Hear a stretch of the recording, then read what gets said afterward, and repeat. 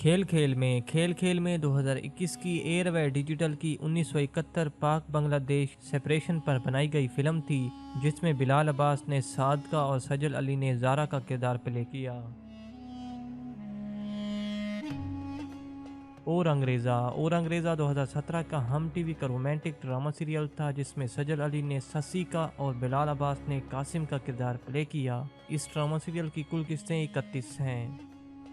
कुछ अनकही 2023 का एयरवे डिजिटल का रोम कॉम ड्रामा सीरियल था, जिसमें बिलाल अब्बास ने सुलेमान का और सजल अली ने आलिया का किरदार प्ले किया। इस ड्रामा सीरियल के कुल एपिसोड 27 हैं।